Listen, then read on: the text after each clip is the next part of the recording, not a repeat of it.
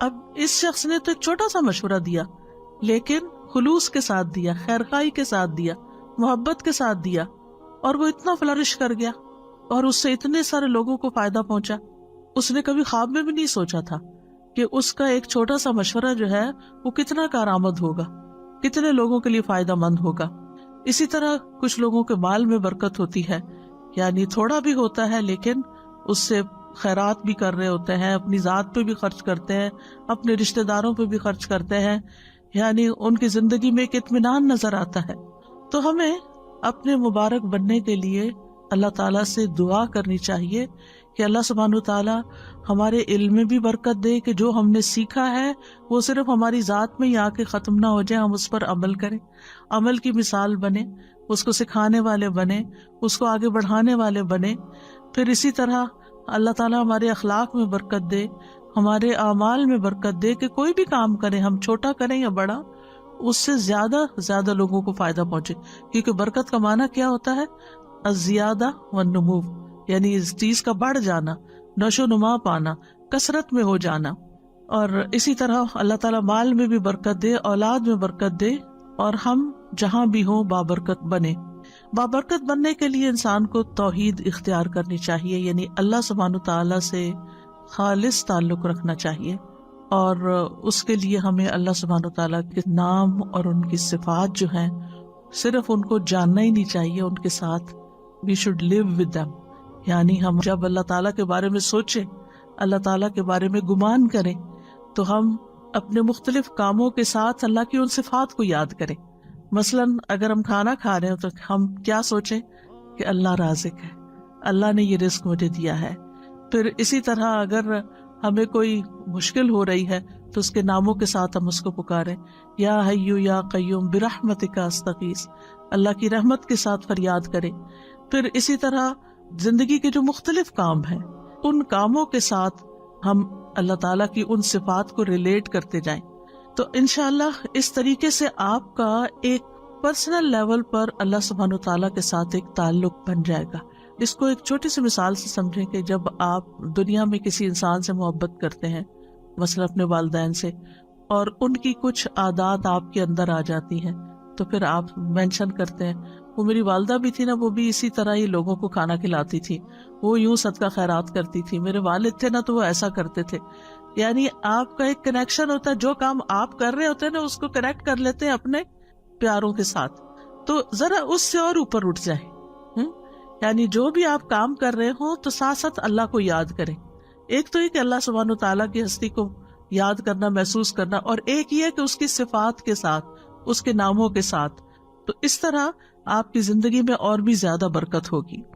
اور جتنا آپ اللہ سبحانہ تعالیٰ کے لیے خالص ہوتے جائیں گے، اتنا آپ کے دل سے دنیا کے غم اور دنیا کی ہرس اور دنیا کی جو کمی کمزوری ہے، وہ آپ کو جو پریشان کرتی ہے، وہ آپ کے دل سے نکلتی چلی جائے گی۔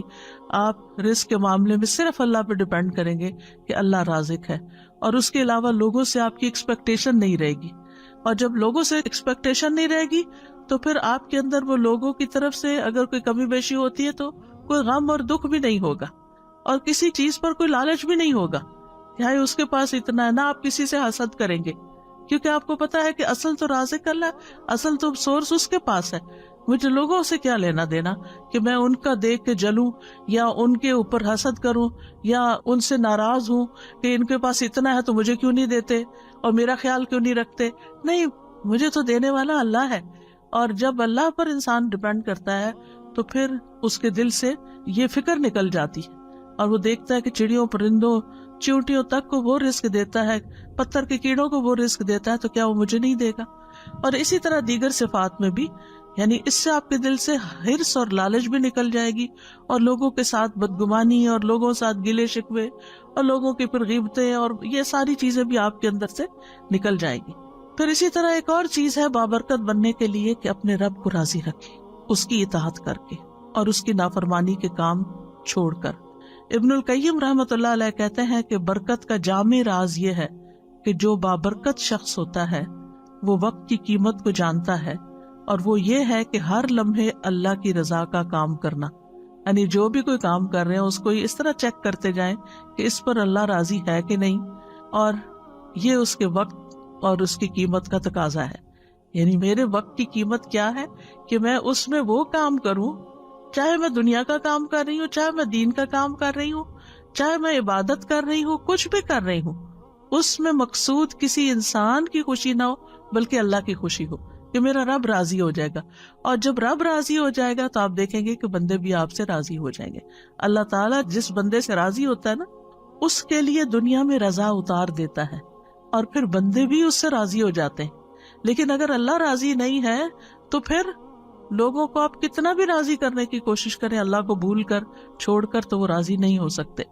پھر اسی طرح یہ ہے کہ جب انسان اللہ کو راضی کرنے کے لیے کوشش کرتا ہے تو پھر وہ لوگوں کی تعریف کو منتظر نہیں رہتا کہ کون مجھے پوچھتا ہے، کون مجھے اپریشیٹ کرتا ہے، کون میرے لیے بڑی بڑی باتیں کرتا ہے.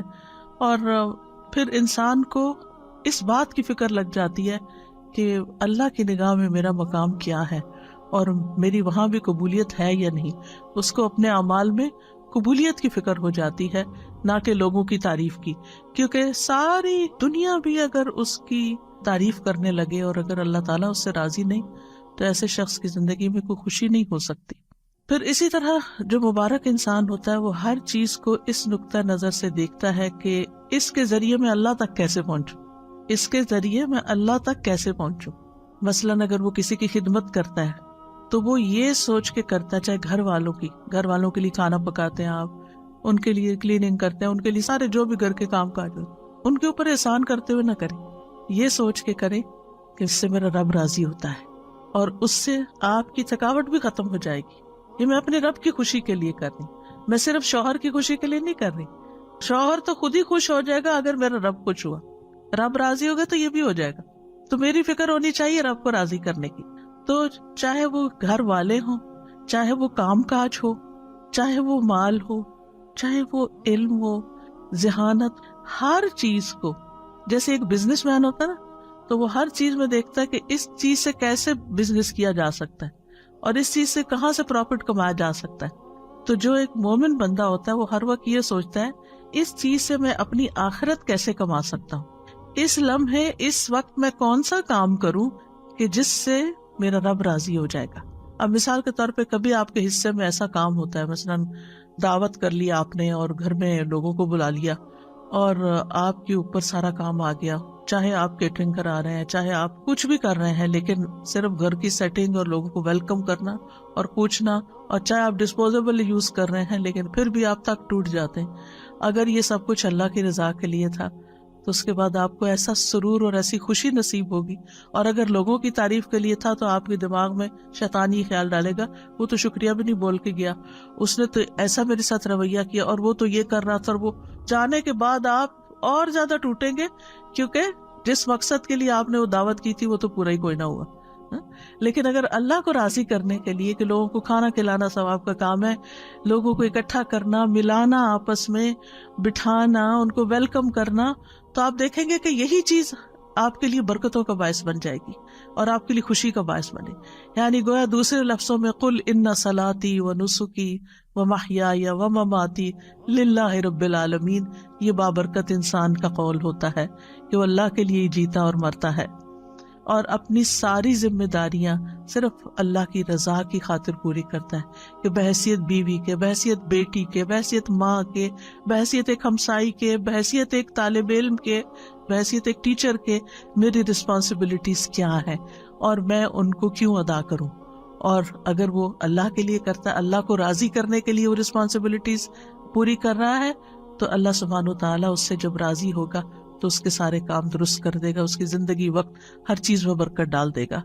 تو مبارک انسان بننے کے لیے کہ جس پہ رب کی برکتیں نازل ہوں، کیا کریں؟ اپنی عادت کے، معمول کے، روٹین کے، ذمہ داریوں کے سارے کام رب کی رضا کے لیے کریں. ایک رب کے لیے ایک ہو جائیں، یعنی ادھر ادھر نہیں، ایک راستہ اختیار کریں اور وہ رب کی رضا کا. تو انشاءاللہ آپ ایک بابرکت انسان بن جائیں گے. پھر بابرکت انسان جو ہوتا ہے وہ اپنے دل کے اوپر کبھی بھروسہ نہیں کرتا، کیونکہ دل الٹ پلٹ ہونے والی چیز ہے. وہ اگر ایمان کی لذت کسی وقت محسوس کر رہا ہے تو اس کو ڈر لگتا ہے کہ کہیں یہ حلاوت مجھ سے چھن نہ جائے، کہیں ایمان کی یہ کیفیت میرے سے دور نہ ہو جائے. وہ اپنے دل کی نگرانی کرتا ہے، وہ اپنا محاسبہ کرتا ہے کہ مجھے اپنا ایمان ہر صورت برقرار رکھنا ہے. کیونکہ قرآن مجید میں آتا ہے نا سورۃ الحجرات میں، حبب الیکم الایمان وزینہ فی قلوبکم، اس نے ایمان کو تمہارے دلوں میں محبوب بنا دیا اور اس کو سجا دیا.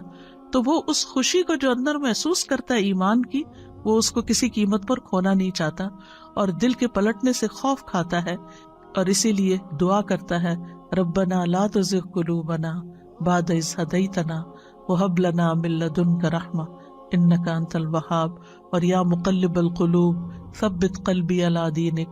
پھر اسی طرح اگلی بات یہ ہے کہ بابرکت بننے کے لیے وہ بابرکت لوگوں جیسے کام کرتا ہے.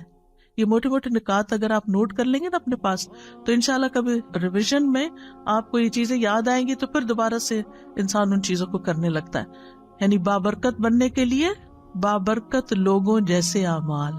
جیسے ہم نے دیکھا کہ انبیاء میں اللہ تعالیٰ نے برکت رکھی، نبی صلی اللہ علیہ وسلم میں برکت رکھی، اور اسی طرح آپ کے جو ساتھی تھے صحابہ کرام، ان کے اندر اللہ سبحانہ تعالیٰ نے برکت رکھی. تو وہ کیا کام کرتے تھے؟ مثلاً موسیٰ علیہ السلام کے بارے میں اللہ سبحانہ تعالیٰ فرماتے ہیں وَاذْكُرْ فِي الْكِتَابِ مُوسَىٰ إِنَّهُ كَانَ مُخْلَصًا وَكَانَ رَسُولًا نَبِيًّا. کتاب میں موسیٰ کا ذکر کیجئے، یقیناً وہ خالص کیا ہوا تھا، یعنی اخلاص تھا ان کے اندر، اور ایسا رسول جو نبی تھا. تفسیر سعدی میں ہے موسیٰ علیہ السلام اپنے تمام اعمال، اقوال اور نیت میں اللہ تعالیٰ کے لیے مخلص تھے. وہ بابرکت تھے نا، تو ان جیسا کام کیا کرنا ہے کہ اپنے قول، فعل، نیت میں خالص ہونا ہے. کیونکہ اعمال کی قبولیت کی شرط ہی کیا ہے؟ انما الاعمال بالنیات. پھر اسی طرح یہ ہے کہ بابرکت انسان لوگوں سے تعریف نہیں چاہتا اور اس کو کام کر کے فخر نہیں ہوتا، بلکہ اس کی قبولیت کی دعا کرتا ہے. جیسے ابراہیم علیہ السلام نے اور اسماعیل علیہ السلام نے کعبہ تعمیر کیا، اللہ کا گھر، اور اس کے بعد کیا دعا کی؟ وَإِذْ يَرْفَعُ إِبْرَاهِيمُ الْقَوَاعِدَ مِنَ الْبَيْتِ وَإِسْمَاعِيلُ رَبَّنَا تَقَبَّلْ مِنَّا إِنَّكَ أَنْتَ السَّمِيعُ الْعَلِيمُ. پھر بابرکت شخص کے نزدیک لوگوں کے شکریہ کی کوئی قیمت نہیں ہوتی کہ کوئی شکریہ ادا کرے، نہ اسے انتظار ہوتا ہے، اور اگر کوئی کرے یا نہ کرے اس کے لیے برابر ہوتا ہے. یعنی کسی نے کیا تب بھی ٹھیک ہے، اور اگر نہیں کیا تب بھی ٹھیک ہے، کوئی بات نہیں، ہم نے تو اللہ تعالیٰ کے لیے کیا تھا. جیسے سورۃ الانسان میں آتا ہے وَيُطْعِمُونَ الطَّعَامَ عَلَىٰ حُبِّهِ مِسْكِينًا وَيَتِيمًا وَأَسِيرًا إِنَّمَا نُطْعِمُكُمْ لِوَجْهِ اللَّهِ لَا نُرِيدُ مِنكُمْ جَزَاءً وَلَا شُكُورًا. وہ کھانا کھلاتے ہیں اس کی محبت میں، اللہ کی محبت میں، مسکین، یتیم، قیدی کو، اور کہتے ہیں ہم تو صرف اللہ کے چہرے کی خاطر تمہیں کھلا رہے ہیں، نہ تم سے کوئی بدلہ چاہتا ہے نہ شکریہ چاہتے ہیں. مسکین کیا بدلہ دے سکتا ہے؟ مسکین تو بدلہ نہیں دے سکتا، لیکن وہ شکریہ ادا کرتا ہے. اس کو یہ فکر ہوتی ہے کہ اگر میں نے شکریہ ادا نہ کیا تو یہ دوبارہ نہیں آئے گا، تو وہ شکریہ ادا کرتا ہے. تو وہ کہتے ہیں نہیں، ہمیں شکریہ بھی نہیں چاہیے. اسی طرح بابرکت انسان جو ہے نا، اس کو لوگوں کے تانوں کی بھی پرواہ نہیں ہوتی، وہ اپنا کام جاری رکھتا ہے. کوئی خوش ہو، کوئی ناراض ہو، کوئی ٹانٹ کرے، کوئی تنقید کرے، کرٹیسائز کرے، کچھ بھی کرے، ملامت کرنے والے کی ملامت سے نہیں ڈرتا. نیک کام کرتے ہوئے اچھا کام کرتے، کیونکہ جو لوگ ملامت سے ڈرتے ہیں وہ کبھی آگے نہیں بڑھ سکتے. آپ نے ایک اچھا کام کیا، لوگوں نے باتیں بنائی، اب آپ پیچھے ہی بیٹھ گئے، وہیں ٹوس ہو گئے کہ لوگ خوشی نہیں ہے میں جو بھی کرتا ہوں، تو آپ کام ہی چھوڑ دیتے. نہیں، آپ نے اگر اللہ کی خاطر ایک اچھا کام شروع کیا تھا تو دنیا ادھر سے ادھر ہو جائے، آپ اس کو نہیں چھوڑیں گے، آپ اس کو کرتے رہیں گے. کیونکہ قرآن مجید میں اللہ سبحانہ وتعالیٰ نے ایمان والوں کی کیا صفت بیان کی ہے؟ وَلَا يَخَافُونَ لَوْمَةَ لَائِمٍ، کہ وہ ملامت کرنے والوں کی ملامت سے نہیں ڈرتے. ذَلِكَ فَضْلُ اللَّهِ يُؤْتِيهِ مَن يَشَاءُ، یہ اللہ کا فضل ہے، جس کو چاہتا ہے عطا کرتا ہے. وَاللَّهُ وَاسِعٌ عَلِيمٌ، اور اللہ وسعت والا، سب کچھ جاننے والا ہے. بابرکت انسان نیک اعمال کو اللہ کی توفیق سمجھتا ہے، اللہ کی توفیق سمجھتا ہے کہ یہ اللہ نے مجھے کرنے کا موقع دیا ہے، اور اس پر وہ خوش ہوتا ہے.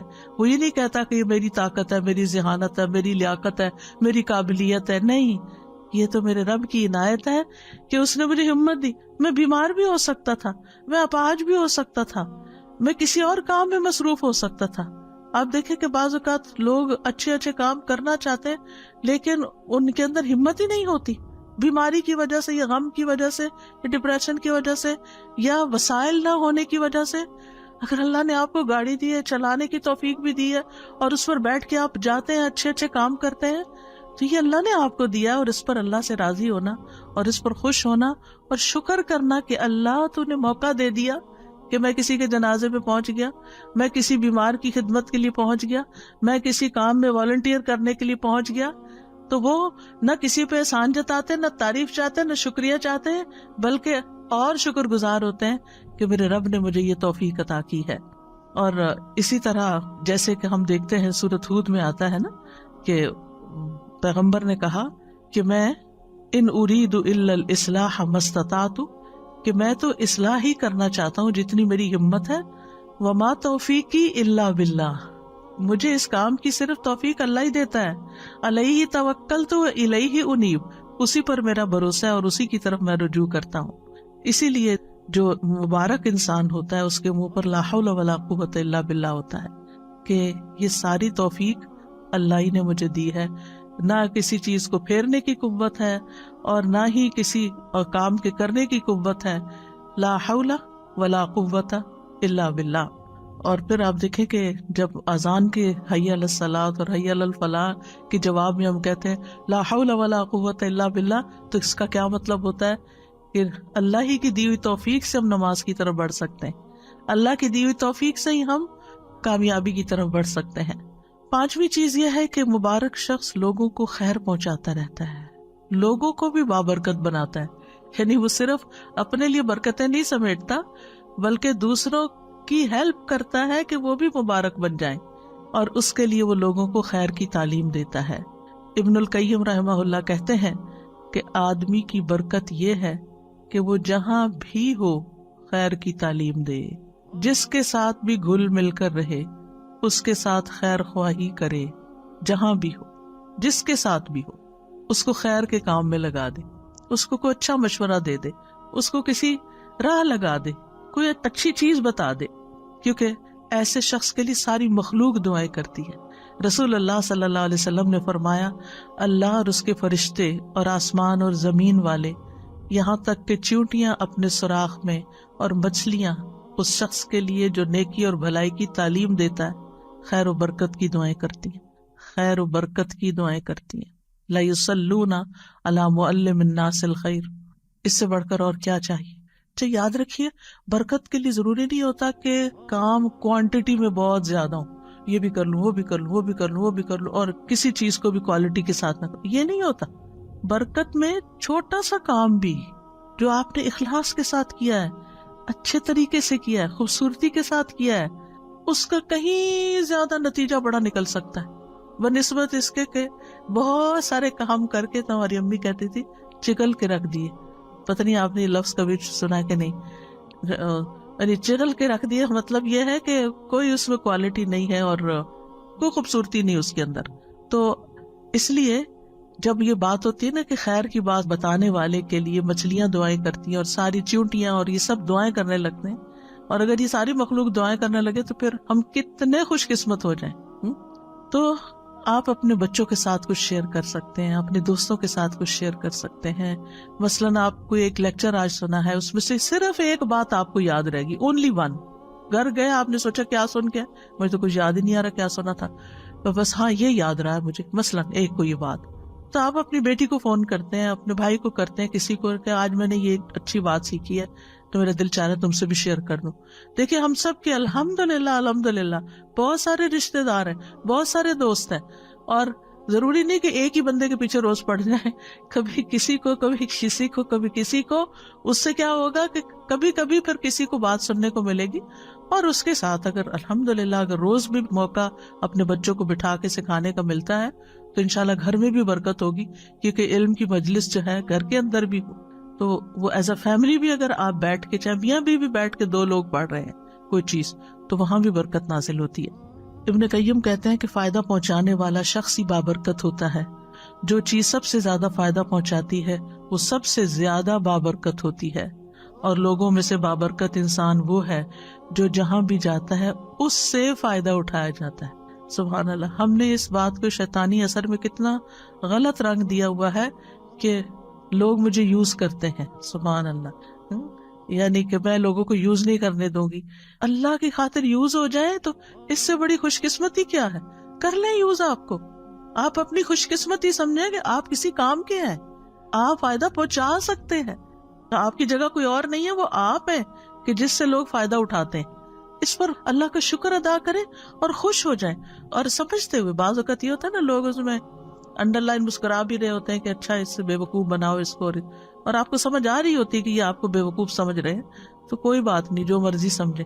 وہ کل میں نے کہا تھا نا کہ اخلاق کے 10 درجوں میں سے 9 جو ہے وہ تغافل سے تعلق رکھتے ہیں. اگنور کرنا, سنی انسنی کر دینا, دل پہ نہ لینا, معاف کر دینا, جانے دینا, جواب نہ دینا. دیکھ گھر میں لڑائی فساد کیوں ہوتا ہے؟ کسی نے ایک چھوٹی سی بات کی, ہم نے اس سے 2 سنائی, وہ لڑائی شروع ہو گئی. اگر کسی نے 1 سنائی ہے, چاہے آپ کو کتنی بھی کڑوی لگی ہے, آپ جواب نہیں دیتے تو لڑائی تو نہیں بڑھے گی, فساد تو نہیں ہوگا. تو اگر دوسرا شخص غلط کر رہا ہے تو آپ بھی اچھا نہیں کر رہے. اس نے آگ لگائی, آپ نے تیل ڈالا, اور اگر آپ نے تیل ڈالا تو نتیجہ کیا نکلا؟ بہت بڑا الاؤ بھڑک اٹھا. لیکن جو شخص سن کے چپ کر جاتا ہے, ادھر سے ادھر نکل جاتا ہے, اگنور کر دیتا ہے, تغافل کر دیتا ہے, جیسے اس کو پتہ ہی نہیں چلا, بے وقوف ہے وہ, تو کیا فرق پڑتا ہے؟ آپ ہیں تو نہیں نا, آپ کو تو اپنا خود پتا ہے کہ آپ نہیں ہیں. لیکن اگر دوسرے کی ناسمجھی ہے تو وہ اس کی ناسمجھی ہے. بعض اوقات لگتا ہے کہ لوگ پھر میرے اوپر چڑھائی نہ کر دیں یا مجھے یہ نہ سمجھیں کہ مجھے کوئی جواب نہیں دینا آتا, تو ہم تابڑ توڑ جواب دیے چلے جاتے ہیں اور بحث کہیں ختم ہی نہیں ہوتی. اور اس میں بعض اوقات پھر ناراضگیاں بھی ہو جاتی ہیں, غصہ بھی ہو جاتا ہے, بد اخلاقی بھی ہو جاتی ہے. تو ہم مبارک تو نہ رہے. ہم کہیں گئے, اس گھر میں لڑ جھگڑ کے نکل آئے, ہم کوئی مبارک انسان ہے؟ کسی کو خوشی دے کر آئے یا کسی کو تکلیف دے کے آئے؟ لیکن بات کہاں سے شروع ہوتی ہے؟ کسی کی چھوٹی سی بات سے. اور بعض اوقات کوئی بیمار ہوتا ہے, کوئی بوڑھا ہوتا ہے, کوئی بچہ ہوتا ہے, کوئی ناسمجھ ہوتا ہے, کوئی بے وقوف ہوتا ہے, وہ تو اپنی بے وقوفی میں کوئی بات کر رہا ہوتا ہے, اور آپ اس سے بڑے بے وقوف بن گئے. آپ نے اس کو سچ سمجھ لیا اور اپنے اوپر لے لیا اور اپنا اتنا بڑا ریاکشن ظاہر کیا اور کیے کرائے پہ پانی پھیر دیا. کیونکہ ہماری لڑائیاں انہیں لوگوں سے ہوتی ہیں جن کے لیے ہم بہت کچھ کر رہے ہوتے ہیں, جن کے لیے ہم بہت زیادہ کر رہے ہوتے ہیں نا. پھر ہماری کیا توقع ہوتی ہے کہ یہ ہمیں ریٹرن کرے, یہ ہماری عزت تو کریں کم از کم, یہ ہمارا شکریہ تو کریں. اور جب وہ نہیں کرتے, اس کی بجائے کو بات سنا دیتے, پھر تو آپ توبہ ہی کریں کہ نتیجہ کیا نکلے گا. پھر اسی طرح بابرکت انسان کی خوبی کیا ہے کہ وہ دوسروں کو بھی نیک کاموں کی ترغیب دیتا ہے, شوق دلاتا ہے. جیسے اللہ سبحانہ وتعالیٰ فرماتے ہیں قرآن مجید میں, یا ایھا النبی حرض المؤمنین علی القتال, اے نبی مومنوں کو قتال پر ابھاریے, یعنی موٹیویٹ دیم. تو یہ نبی صلی اللہ علیہ وسلم کے زمانے میں تھا, اور آپ بھی اور صحابہ بھی, یعنی کہ لوگوں کو ترغیب دیتے تھے اچھے کاموں کی. لیکن اس کے برعکس مشرکین کے بارے میں قرآن کیا فرماتا ہے؟ کلا بل لا تکرمون الیتیم ولا تحاضون علی طعام المسکین, ہرگز ایسا نہیں, بلکہ تم یتیم کی عزت نہیں کرتے اور نہ تم آپس میں مسکین کو کھانا کھلانے کی ترغیب دیتے ہو, ایک دوسرے کو کہتے نہیں ہو. تو اس کا کیا مطلب ہے کہ ایک وہ ہے کہ جو نیکی کی ترغیب دیتا ہے اور ایک وہ جو نہیں دیتا. تو قرآن نے کنڈیم کیا ہے ان لوگوں کو جو نیک کاموں کی ترغیب نہیں دیتے. سورۃ ماؤن میں کیا آتا ہے؟ ولا یحض علی طعام المسکین. اللہ تعالیٰ اس کو کنڈیم کر رہا ہے, کیا کہ وہ مسکین کو کھانا کھلانے کی ترغیب نہیں دیتا, دوسروں کو نہیں کہتا. پھر اسی طرح یہ ہے کہ بعض اوقات ہمارے اپنی وسعت میں کوئی کام کرنا نہیں ہوتا, لیکن ہم دوسرے کو بتا سکتے ہیں کہ دیکھو وہ فلاں جگہ یہ اس کام کی ضرورت ہے, میرے پاس گاڑی نہیں, تم جا سکتی ہو, تم جا کے کر لو. تو آپ نے صرف بتایا. تو الدال علی الخیر کفاعلہ, کسی کو نیکی کے کام کا رستہ دکھانے والا ایسا جیسے اس نے خود کر لیا. اس کی اپنی جینوئن ریزن تھی, کسی وجہ سے نہیں گیا, لیکن اس نے کسی کو فون کر دی. نبی صلی اللہ علیہ وسلم کے پاس کبھی کوئی کچھ لینے کے لیے آتا, مانگنے کے لیے, تو آپ فرماتے کہ اس کی سفارش کرو تاکہ تمہیں بھی اجر مل جائے. سبحان اللہ, یہ ہے برکت نا, مبارک انسان, کہ وہ سارا ثواب خود ہی نہیں لوٹ رہا, وہ کسی اور کو بھی ساتھ شامل کرتا ہے کہ اچھا میں نے تو دینا ہی ہے, جو اللہ چاہے گا اپنے نبی کے ہاتھ سے دلوائے گا, لیکن تم اشفعوا تؤجروا, اس کی شفاعت کرو, سفارش کرو, اجر پاؤ. صرف سفارش کر کے تم اجر پا سکتے ہو. اور ہم ہو تو الٹا منع ہی کرتے, اس کو نہ دیکھنا, یہ روز مانگنے آ جاتا ہے. لیکن یہ کہ نبی صلی اللہ علیہ وسلم تو دینے والوں میں سے تھے. اسی طرح نیک کاموں کی طرف دوسروں کی رہنمائی کر دے. ایک شخص نبی صلی اللہ علیہ وسلم کے پاس سواری مانگنے آیا تو آپ کے پاس سے اسے کوئی سواری نہ ملی جو اسے منزل تک پہنچاتی. آپ نے اسے ایک دوسرے شخص کے پاس بھیج دیا تو اس نے سواری دے دی. اس نے آ کے آپ کو بتایا کہ آپ نے مجھے جو بتایا تھا تو میرا کام ہو گیا. کئی دفعہ ایسے ہوتا ہے نا کہ لوگ واپس تھینک یو کا میسج کرتے ہیں کہ آپ نے وہ بتایا تھا وہ ہو گیا, تو آپ کو کتنی خوشی ہوتی ہے اس وقت. تو آپ صلی اللہ علیہ وسلم نے اس وقت فرمایا بھلائی کی طرف رہنمائی کرنے والا ثواب میں بھلائی کرنے والے کی ہی طرح ہے.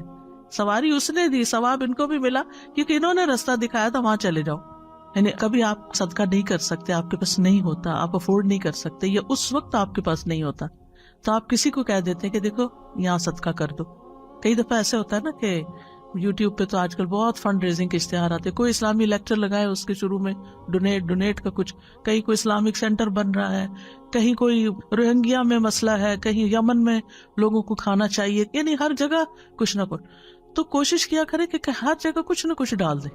کہیں کوئی مسجد بن رہی ہے, کہیں کچھ بھی, وہ نہیں آپ کو جانتے لیکن آپ اپنا حصہ ڈال دیا کرے. اچھا اب میرے جیسے جو کریڈٹ کارڈ نہیں ہے کسی کے پاس, تو آپ کسی کو لنک بھیج سکتے ہیں کہ دیکھو یہ میرا خیال ہے بہت اچھا موقع ہے نیکی کرنے کا. اپنے بچوں کو کہیں جو کماتے ہیں ان کو کہیں کہ بیٹا یہ اس میں ڈال دو, ان کو ایڈریس بھیج دیں, کچھ کریں تاکہ اور لوگ بھی اس کام میں شریک ہو جائیں. اب وہ جو بھی کریں گے, چاہے ایک اینٹ وہاں رکھیں گے, وہ آپ کا بھی ثواب اس اینٹ کا مل جائے گا ساتھ. تو ایک دوسرے کو نیکی کے کاموں کی جگہ بتانا جو ہے یہ بھی ایک بہت بڑی نیکی ہے. اور خاص طور پر جب اللہ سبحانہ وتعالیٰ نے آپ کو مال عطا کیا ہو تو اس مال کے اثرات آپ کے اپنے اوپر بھی نظر آنے چاہیے, آپ کے لباس میں, کپڑوں میں, رہن سہن میں. اور اس کے علاوہ دائیں بائیں خرچ بھی کریں, رشتہ داروں کو بھی دیں, غریبوں مسکینوں کو بھی دیں, دوست احباب کو بھی دیں. علم ہے تو وہ اسی طرح آپ کے اپنے اوپر عمل نظر آنا چاہیے, اور اس کے علاوہ دائیں بائیں لوگوں کو سکھائیں بھی. اسی طرح اگر کوئی اللہ نے منصب آپ کو دیا ہے, کہیں آپ کی کوئی بات سنی جاتی ہے اور کچھ لوگ آپ سے سفارش کرانے آتے ہیں, تو اس کو یہ نہ کہے کہ یہ تو روز کا ہی کام بن گیا ہے. نہیں, تنگ دل نہ ہو, انہیں کہ شکر ہے اللہ تو نے مجھے اس قابل بنایا کہ میں کسی کا مسئلہ حل کر سکتی. یعنی یہ قابلیت ہر ایک کے اندر نہیں ہوتی, ہر ایک کی کوئی بات نہیں سنتا, لیکن اگر آپ کی کوئی سن لیتا ہے اور آپ کسی کا کام کروا دیتے ہیں تو آپ ایک مبارک انسان ہیں. پھر اسی طرح یہ ہے کہ قرآن مجید میں بھی آتا ہے نا فَأَمَّا مَا يَنْفَعُ النَّاسَ فَيَمْكُثُ فِي الْأَرْضِ, اور لوگوں میں سب سے بہترین وہ ہے جو لوگوں کو سب سے زیادہ نفع دیتا ہے. یعنی لائن میں سب سے آگے وہ ہوگا قیامت کے دن کہ جو لوگوں کے لیے زیادہ فائدہ مند ہے. ابن عمر کہتے ہیں ایک آدمی نبی صلی اللہ علیہ وسلم کے پاس آیا اور کہا اللہ کے رسول کون سے لوگ اللہ کو زیادہ پیارے ہیں اور کون سے اعمال اللہ کو زیادہ پسند ہیں؟ تو رسول اللہ صلی اللہ علیہ وسلم نے فرمایا وہ لوگ اللہ تعالیٰ کو زیادہ محبوب ہیں جو دوسرے لوگوں کے لیے سب سے زیادہ فائدہ مند ہوں, اور اللہ عز و جل کے نزدیک سب سے زیادہ پسندیدہ اعمال یہ ہیں کسی مسلمان کو خوش کرنا یا کسی کی تکلیف دور کرنا. آپ کو پتا چل رہا ہے کہ کوئی پین میں ہے اور آپ کو کچھ نہ کچھ سوج رہا ہے, لیکن آپ کہتے ہیں وہ جانے, اس کا کام جانے, میں کیوں بتاؤں. نہیں, آپ اپنی طرف سے سجیسٹ کر دیں, پھر اس کی مرضی, وہ آپ کا مشورہ لے یا نہ لے. یا کسی کا قرضہ ادا کر دینا یا اس کی بھوک دور کر دینا. جس نے اپنے غضب کو روک لیا, غصہ روک لیا, اللہ اس کی خامیوں پہ پردہ ڈال دے گا. اور جو آدمی اپنے غصے کو پی گیا باوجود اس کے کہ وہ چاہتا تو نافذ کر سکتا تھا, تو اللہ تعالیٰ قیامت کے دن اس کے دل کو امیدوں سے بھر دے گا. جو اپنے بھائی کے ساتھ اس کی ضرورت پوری کرنے کے لیے چلا یہاں تک کہ اسے پورا کر دیا, اللہ اس کو اس دن ثابت قدم رکھے گا جس دن قدم ڈگمگا جائیں گے. پھر اسی طرح لوگوں کو توحید سکھائیں, جس طرح نبی صلی اللہ علیہ وسلم نے ابن عباس کو وہ کلمات سکھائے تھے جب آپ کے ساتھ وہ گدھے پہ سوار تھے. آپ نے فرمایا اے لڑکے میں تجھے چند کلمات سکھا رہا ہوں, تم اللہ کے احکام کی حفاظت کرو, اللہ تمہاری حفاظت کرے گا. اللہ کے احکام کی حفاظت کرو, تم اسے اپنے سامنے پاؤ گے. جب مانگو اللہ سے مانگو, یہ بچوں کو سکھا دینا چاہیے. چھوٹی سی چیز بھی چاہیے پھر اللہ تعالیٰ سے مانگو. جب مدد چاہو اللہ سے مدد چاہو. جان رکھو ساری دنیا مل کے تمہیں کوئی فائدہ دینا چاہے نہیں دے سکتے مگر وہ جو اللہ نے تمہارے لیے لکھ دیا, اور سب مل کے نقصان دینا چاہے نہیں دے سکتے مگر وہ جو اللہ نے تمہارے لیے لکھ دیا. قلم اٹھا لیے گئے, صحیفے خشک ہو گئے. اسی طرح مصیبت آنے پر لوگوں کو اچھی نصیحت کریں, اللہ کے تقوی کا حکم دیں, صبر کی نصیحت کریں. جیسے نبی صلی اللہ علیہ وسلم ایک قبر کے پاس سے گزر رہے تھے اور روتی ہوئی عورت کو دیکھا تو آپ نے اس کو نصیحت کی. اور پھر اسی طرح یہ ہے کہ غم میں, ڈپریشن میں, اداسی میں، دکھ میں دوسروں کو امید دلائیں کہ یہ دن گزر جائیں گے، حالات اچھے ہو جائیں گے، سب ٹھیک ہو جائے گا، اور پھر اس کو مصیبت پر صبر کا اجر بھی بتائیں کہ کتنا بڑا اجر اور ثواب ہے تمہارے لیے جو اللہ نے تمہیں اس امتحان میں ڈالا ہے، تم اللہ سے راضی رہو۔ پھر اسی طرح یہ ہے کہ بابرکت لوگوں کا ساتھی بنے۔ ایک اور قدم کیا ہے؟ بابرکت لوگوں کا ساتھی بنے۔ اب آپ کے ہمیں تو کوئی سمجھ نہیں آتی، یہاں تو کوئی دنیا میں بابرکت ہمیں مل نہیں رہا، لیکن الحمدللہ ہمارے سلف صالحین میں بہت لوگ بابرکت، ان کی سیرت پڑھیں، ان کی بکس پڑھیں، جو کام انہوں نے کیے۔ آپ یقین کریں کہ آپ کا دل اتنا بڑا ہو جائے گا، آپ حیران ہو جائیں گے کہ میں کن باتوں میں الجھی ہوئی ہوں، میں کن باتوں پہ رو رہی ہوں، اتنی پیٹی چیزوں کے اوپر پریشان ہوں اور لڑائی ڈال کے رکھی ہوئی ہے، یہ تو کوئی بات ہی نہیں ہے۔ آج مجھے کسی نے آرٹیکل بھیجا امام ابن تیمیہ کے بارے میں کہ کتنی دفعہ وہ جیل میں گئے تھے، 7 دفعہ جیل میں گئے تھے۔ امام ابن تیمیہ کا فتاویٰ آپ نے دیکھا تو 35 والیوم میں، اور اس کے علاوہ بھی کئی کتابیں۔ اتنا علمی کام کیا اور لوگ ان کے پیچھے پڑے رہتے، یعنی جو لوگ بڑے کام کرتے ہیں ان کے حاسد بھی بہت ہوتے، تو ہر تھوڑے دن کے بعد جا کے حاکم کے پاس شکایت کر کے ان کو جیل بھجوا دیتے تھے، اور جب وہ وہاں جاتے وہاں وہ اور کتابیں لکھ لیتے تھے۔ اور آپ کو معلوم ہے لاسٹ ٹائم جو وہ جیل میں گئے تھے کتنی دفعہ قرآن پڑھا تھا؟ 80 بار، 80 بار قرآن پڑھا تھا۔ ہم نے ساری زندگی میں 80 بار نہ پڑھا ہوگا۔ کس طرح وقت کو استعمال کیا۔ آپ دیکھیے کہ جب انسان ایسے لوگوں کے حالات پڑھتا ہے کہ 7 دفعہ جیل میں گئے، تو پھر آپ کو اپنی پریشانیاں کیا لگتی ہیں؟ بہت چھوٹی لگتی ہیں نا۔ یعنی انسان کے اوپر کبھی کبھی ایسا ہوتا ہے نا کہ حالات تنگ ہونے لگتے ہیں، کوئی ادھر کی پریشانی ادھر کی ٹو مچ پر۔ اس وقت کیا کرنا چاہیے؟ ایسی کتابیں پڑھنی چاہیے جس سے پتہ چلے کہ آپ سے پہلے جو بابرکت لوگ تھے، کیونکہ بابرکت اس لیے کہتے ہیں کہ ان سے خیر بہت پھیلی، لوگوں کو فائدہ بہت پہنچا، اس لیے بابرکت کہتے ہیں۔ تو ان کی زندگیوں میں کتنی پریشانیاں آئیں اور انہوں نے کس طرح ان کو جیلا، اور انہوں نے ان کو کچھ نہیں سمجھا اور وہ آگے نکل گئے۔ تو ایسے لوگوں کے حالات زندگی پڑھیں اور ان کے ساتھ رہیں، ایسی کمپنی اختیار کریں، ان کی سیرت اپنائیں، ان سے دلی تعلق رکھیں، ان سے محبت کریں، کیونکہ ایسے لوگوں کی محبت جو ہوتی ہے وہ بھی خوشی دیتی ہے، کیونکہ نیک لوگوں سے محبت عرش کے سائے تلے جگہ دے گی، نور کے ممبروں پہ ہوں گے ایسے لوگ، ایمان کے کامل ہونے کی دلیل ہے۔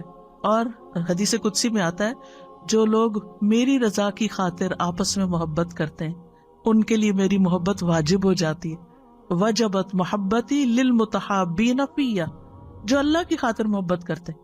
اچھا ایک ہوتا ہے نا جس سے ہم انس رکھتے ہیں، اس سے محبت کرتے ہیں اور اس کو ہم اوپر ٹیگ لگا دیتے ہیں اللہ کی خاطر محبت ہے۔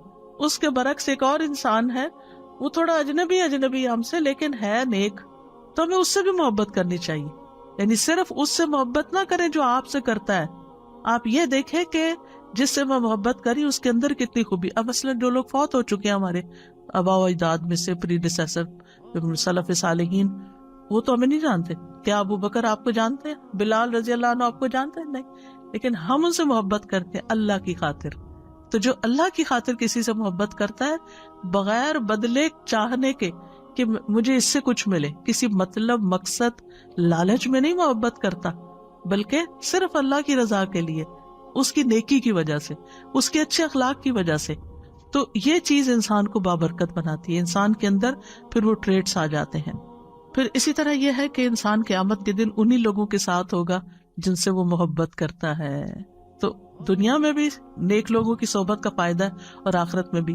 امام مالک سے کسی نے پوچھا مجھے ایسا عمل بتائیے جو مجھے جنت میں داخل کر دے، تو انہوں نے کہا صالحین کی محبت کو اپنے اوپر لازم کر لو، ہو سکتا ہے کہ اللہ تعالیٰ ان میں سے کسی کے دل کو جھانکے اور اس میں تمہارا نام لکھا ہو اور اللہ تمہیں بخش دے اور جنت میں داخل فرما دے۔ یعنی صالحین کی محبت دنیا میں بھی انسان کو نیکی کی طرف لاتی ہے اور آخرت میں بھی انسان کو کامیابی کی طرف لائے گی۔ پھر 7ویں چیز یہ ہے کہ گڑ گڑا کے دعائیں کرنا کہ اللہ برکتیں دے، اللہ کے سامنے عاجزی اختیار کرنا، گریہ وزاری کرنا، جیسے نبی صلی اللہ علیہ وسلم نے غزوہ بدر کے موقع پر کی تھی۔ 8ویں چیز ہے مبارک بننے کے لیے بہت زیادہ شکر گزار ہونا، شکارن رب جعلنی لک شکارن لک ذکارن لک رہابن، یہ شکار ہونے کی جو خصوصیت ہے، ہر چیز پہ شکر، نعمت پہ بھی شکر اور تکلیف پہ بھی شکر، شکر ہی شکر، شکر ہی شکر، شکوہ نہیں، نو کمپلینٹس۔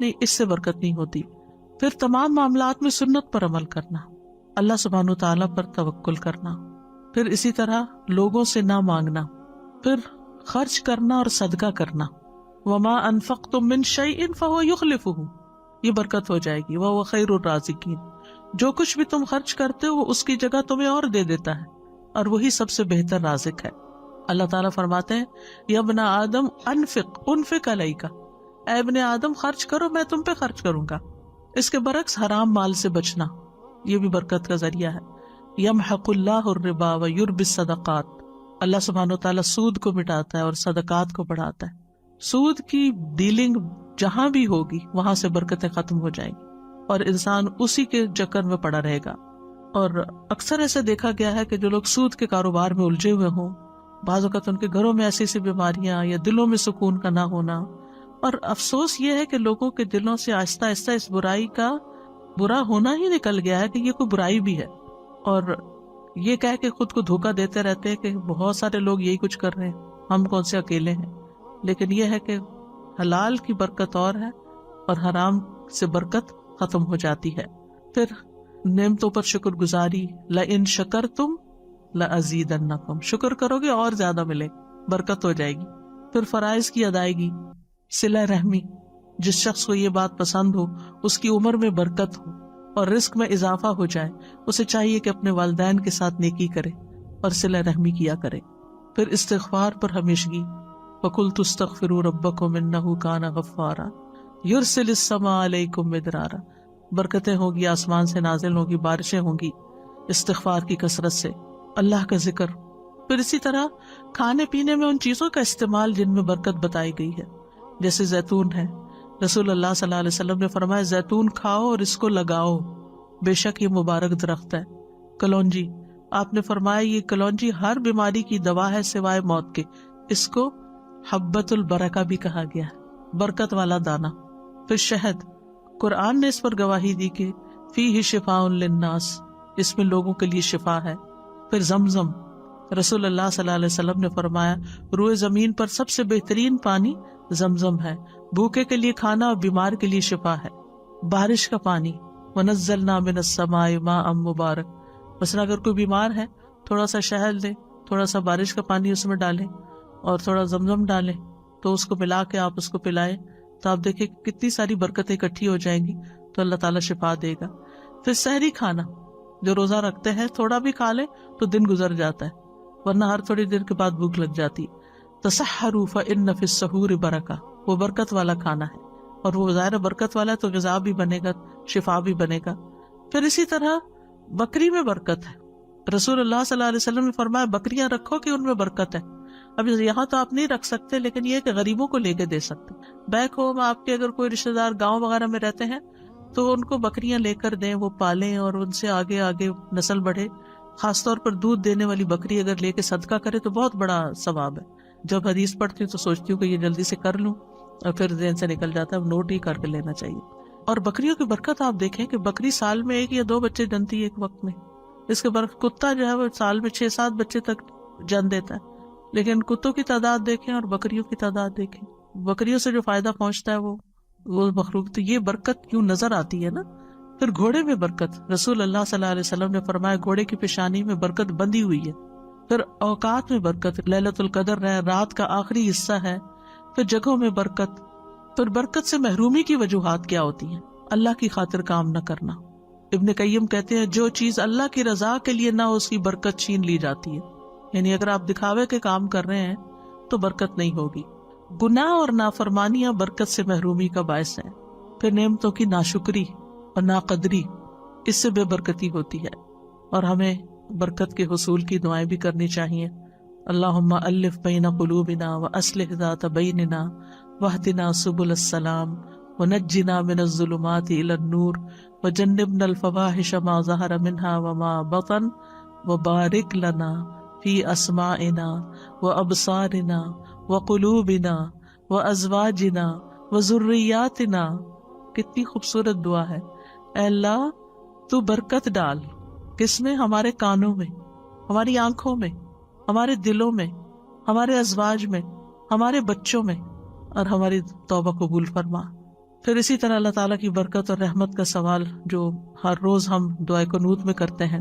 پھر اسی طرح یہ ہے کہ یہ جو دعا ہے اللہم اقسم لنا من خشیتک ما تحول به بیننا وبین معصیتک، اس میں بھی آتا ہے نا اللہم متعنا باسماعنا وابصارنا وقواتنا وابقیتنا، جب تک ہم زندہ ہوں، واجعلہ وارث منا، یعنی ہمارے وارث بھی بنا دے، بعد میں بھی اس سے فائدہ ہو لوگوں کو.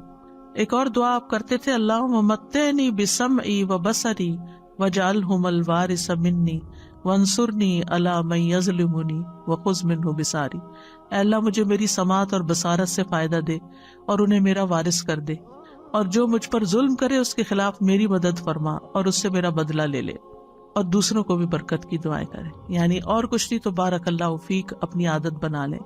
رسول اللہ صلی اللہ علیہ وسلم نے فرمایا جب کسی کو اپنے بھائی کا وجود یا اس کا کوئی مال پسند آئے تو اس کے لیے برکت کی دعا کرے، کیونکہ نظر لگ جانا برحق ہے. پھر سلام کے وقت برکت کی دعا، ملاقات کے وقت، تعارف کے وقت بارک اللہ فیک کا کہنا، پھر نئے بچے کو دعا دینا اور اس میں بھی برکت کے الفاظ آتے ہیں.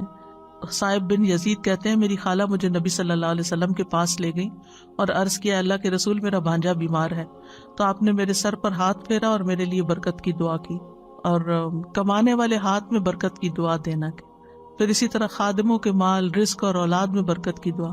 کس طرح حضرت انس رضی اللہ عنہ کو نبی صلی اللہ علیہ وسلم نے برکت کی دعا دی تھی اللہم اکثر مالہ وولدہ وبارک لہ فیما آتیتہ، اور ان کی زندگی میں اللہ نے ان کو مال، اولاد، ہر چیز میں برکتیں عطا کی تھی. ام سلیم کو نبی صلی اللہ علیہ وسلم نے اس رات برکت کی دعا دی تھی جب ان کا بیٹا فوت ہو گیا تھا اور انہوں نے صبر کیا تھا اور اپنے شوہر کے ساتھ حسن سلوک کیا تھا. تو کہتے ہیں کہ ان کا جو بیٹا پیدا ہوا اس کے آگے 10 بیٹے پیدا ہوئے، 10 کے 10 عالم تھے جن سے بے پناہ لوگ فائدہ اٹھاتے تھے صرف ایک عورت کے صبر کی وجہ سے. تو صبر کرنا اور حسن سلوک کرنا کتنی بڑی خیر لاتا ہے. اور اس کے برعکس اگر بیٹا فوت ہو گیا اور رونا دھونا اور شکوے شکایتیں، ہاتھ کیا آئے گا؟ کچھ بھی نہیں، جو ہے وہ بھی چلا جائے گا بے برکتی. تو ام سلیم کا واقعہ جو ہے وہ بہت بڑی مثال ہے ہمارے لیے کہ کس طرح انہوں نے اپنے شوہر کی خاطر مدارت کی، اور بچہ گھر میں پڑا تھا، فوت ہو چکا تھا. ایک ماں کا دل کیسا ہوتا ہے، دوسرے بھی پسیج جاتے ہیں جب کوئی ایسی خبر سنتے ہیں، لیکن یہ کہ جو اللہ کی خاطر صبر کرتے ہیں پھر اللہ سبحانہ وتعالیٰ ان کو تھام لیتا ہے اور ان کی زندگیوں میں اور اولادوں میں بھی برکت عطا کرتا ہے. اچھا، اصل میں نا بابرکت ہونے کی ضرورت کیوں ہے؟ یہ زندگی ہے بہت چھوٹی سی، تھوڑے دن کے لیے ہم یہاں اس دنیا میں، اور اب ہم اتنی ساری گزار چکے ہیں، آگے پتہ نہیں کتنے دن زندہ ہیں. تو جتنی بھی ہمارے پاس زندگی ہے نا، تھوڑا سا بھی وقت ہے نا، تو مقصد کیا ہے یہ ٹاپک کرنے کا کہ یا اللہ اس ہمارے تھوڑے سے وقت میں بھی ہم سے اتنے اچھے اچھے کام لے لے اور اتنی ساری نیکیاں ہم کر جائیں کہ وہ جنت کے اعلیٰ درجات اور تیرا قرب ہمیں نصیب. یہ مقصد ہے، یعنی ورنہ یہ مقصد نہیں ہے کہ اللہ ہمیں دنیا میں اور مال دے دے اور اولاد دے دے. ٹھیک ہے، وہ بھی برکتیں ہوگی، اور وہ بھی پھر وہ میں نے پیچھے بتایا نا بابرکت انسان ان کو بھی اس نظر سے دیکھتا ہے کہ یہ بچہ میرے لیے کیسے صدقہ جاریہ بنے، اور یہ مال کیسے صدقہ جاریہ بنے، اور یہ میرا گھر کیسے میرے لیے صدقہ جاریہ بنے. وہ ہر چیز کو اس نظر سے پھر ڈیل کرتا ہے. تو یہ اصل مقصد ہے. اب یہ ہے کہ بعض اوقات یعنی ہمارے اندر ایک کنفیوژن ہوتی ہے کہ ہم مبارک ہوں تو پھر کیا لوگ ہم سے تبرک حاصل کرنے لگے. یہ نہیں ہونا چاہیے. ٹھیک ہے، یعنی برکت کسی چیز میں اللہ سبحانہ وتعالیٰ ڈالتا ہے، اور وہ ہمیں شریعت سے پتہ چلتا ہے کہ کیا کیا چیزوں میں اللہ نے برکت ڈالی ہوئی ہے. ٹھیک ہے، مثلاً زمزم میں برکت ہے، حجر اسود میں برکت ہے، رمضان میں برکت ہے، لیلۃ القدر میں، عشرہ ذی الحجہ میں، مکہ مدینہ میں، بیت المقدس میں، اعمال میں سے نماز، سیام، زکوٰۃ، ان چیزوں میں برکت ہے. ہم ان سے برکت حاصل کر سکتے ہیں. ٹھیک ہے، اللہ نے ان میں ڈالی ہے، ہم ان کو استعمال کریں گے، اللہ تعالیٰ ہماری طرف بھی برکت لوٹائے. لیکن کسی انسان کو یہ سمجھ کر کہ یہ مبارک انسان ہے اس کو چھونے لگ جائیں، یا یہ کہ اس کے ساتھ خود اپنے آپ کو لگائیں کہ ہمیں بھی برکت آ جائے، یا یہ کہ جیسے خانہ کعبہ کے لوگ غلاف کو سمجھتے ہیں کہ اس سے ہم کو برکت مل جائے گی، یہ کام نہیں کرنے چاہیے. اسی طرح بعض اوقات آپ کو یاد ہوگا جیسے اسکولوں میں میلاد ہوتا تھا تو بعد میں کیا بانٹتے تھے، تبرک نہیں کہنا چاہیے. ٹھیک ہے نا، یہ ہم نے خود ہی نام دے دیے ہیں. اسی طرح لوگ صالحین کی قبروں سے جا کے برکت حاصل کرنے لگتے ہیں، وہ بھی نہیں ہونی چاہیے. تو نبی صلی اللہ علیہ وسلم کے علاوہ آپ کا پانی، آپ کا لعاب، آپ کے بال، آپ کی وہ سب چیز بابرکت ہے کیونکہ اللہ نے ان کو بابرکت بنایا ہے.